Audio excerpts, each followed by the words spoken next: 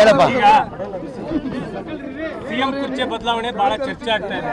ಈ ಕಡೆ ಡಿ.ಕೆ. ಶಿವಕುಮಾರ್ ಅವರು ಹೊಸ ಸೂಟು ಬೂಟು ಹೊಲಿಸ್ಕೊಂಡು ಸಿಎಂ ಕುರ್ಚಿ ಬದಲಾವಣೆ ಆಗುತ್ತೆ ಕಾಯ್ತಾ ಇದ್ದಾರೆ. ಏನ್ ಹೇಳ್ತೀವಿ? ಯಾರು ಮಾಧ್ಯಮದಲ್ಲೇ ಹೊಲ್ಸ್ಕೊಟ್ಟಂಗೆ ಕಾಣ್ತಾ ಇದೆ. ಇಲ್ಲ ಈಗ ನಿಮ್ಮ ಮಾಧ್ಯಮದಲ್ಲೇ ಸೃಷ್ಟಿಯಾಗಿರೋದು ಆ ಥರ ಯಾವುದೂ ಇಲ್ಲ. ನಿನ್ನೆನೂ ನಾನು ಕೊಪ್ಪಳದಲ್ಲೂ ಹೇಳಿದ್ದೀನಿ, ಹುಬ್ಳಿದಲ್ಲೂ ಹೇಳಿದ್ದೀನಿ. 2028ವರೆಗೂ ಮುಖ್ಯಮಂತ್ರಿ ಕುರ್ಚಿ ಖಾಲಿ ಇಲ್ಲ. ಖಾಲಿ ಇದ್ದರೆ ಮಾತ್ರ ಚರ್ಚೆ ಮಾಡಬೇಕಿಲ್ಲ. ಮುಖ್ಯಮಂತ್ರಿ ಕುರ್ಚಿ ಖಾಲಿ ಇಲ್ಲ. ಈ 28ವರೆಗೂ ಸಿದ್ದರಾಮಯ್ಯ ಅವರು ಮುಖ್ಯಮಂತ್ರಿ ಆಗಿ ಇರ್ತಾರೆ ಅಂತ ನಿನ್ನೆನೂ ಹೇಳಿದ್ದೀನಿ ನಾನು. ಆಮೇಲೆ ಮಾಧ್ಯಮದವ್ರು ದಣಿಬಾರ್ದು, ನೀವು ಸುಮ್ಮನಿರಿ, ನಮ್ಗೆ ಏನು ಒಪ್ಪಂದ ಆಗಿದೆ ಗೊತ್ತಿದೆ ಅಂತ ಹೇಳ್ತಾ ಇದ್ದಾರೆ. ಯಾರು ಹೇಳ್ತಾರೆ? ಸಿದ್ದರಾಮಯ್ಯನವರು, ಡಿ.ಕೆ. ಶಿವಕುಮಾರ್ ಅವರು.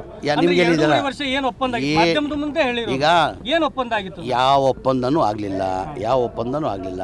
ಸಿದ್ದರಾಮಯ್ಯ ಅವರು ಈ 2028ವರೆಗೂ ಅವರೇ ಮುಖ್ಯಮಂತ್ರಿ ಆಗಿ ಮುಂದುವರಿತಾರೆ. ನಮ್ಮ ಪಕ್ಷ ಹೈಕಮಾಂಡ್ ಪಕ್ಷ. ನಿರ್ಧಾರ ಮಾಡಬೇಕಾಗಿದ್ದು ಯಾರು? ಹೈಕಮಾಂಡ್.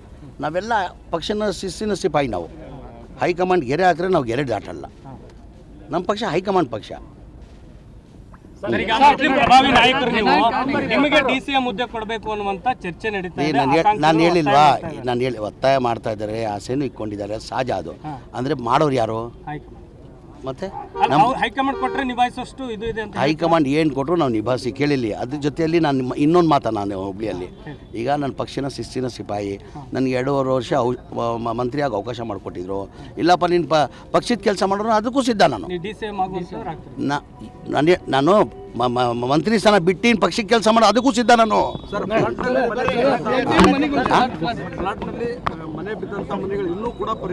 ಇಲ್ಲ, ಪರಿಹಾರ ಕೊಡ್ತಾ ಇದ್ದೀವಿ. ಈಗ ಒಂದು ಹಂತ ದುಡ್ಡು ಬಂದಿದೆ, 140 ಕೋಟಿ ಬಂದಿದೆ. ಹಂತ ಎಲ್ಲ ಜಿಲ್ಲೆಗೆ ದುಡ್ಡು ಕೊಡ್ತಾ ಇದ್ದೀವಿ.